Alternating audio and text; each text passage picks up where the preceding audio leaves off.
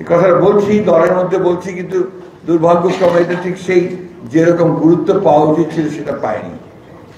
আমি বলছিলাম যে এখন কিন্তু মিডিয়া পাল্টে যাচ্ছে।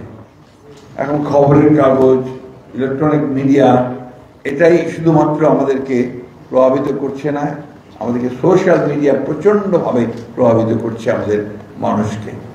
সেই সঙ্গে যে সাইবার ওয়ার্ল্ডে যে যুদ্ধ, সাইবারের যে যুদ্ধ, সেই যুদ্ধের জন্য যে প্রস্তুতি, এই কথাটা আমি বারবার করে বলেছি।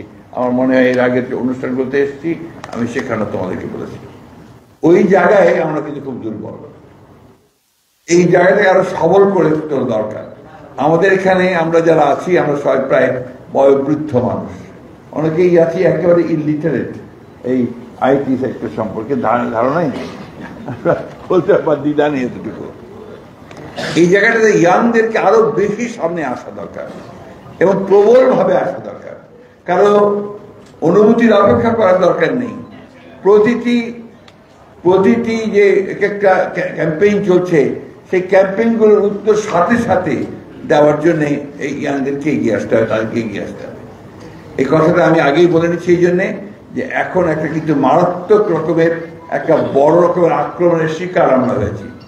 সাইবার অ্যাটাক হয়েছে আমাদের উপরে চতুর্দিক থেকে, একটা পরিকল্পিতভাবে বিএনপিকে হেয় প্রতিপন্ন করবার জন্য, বিএনপিকে উড়িয়ে দেওয়ার জন্য, এবং সবচেয়ে মারাত্মক যেটা, ফর দ্য ফার্স্ট টাইম এবার আমাদের নেতা তারেক সাহেবের উপরে আক্রমণ হয়েছে।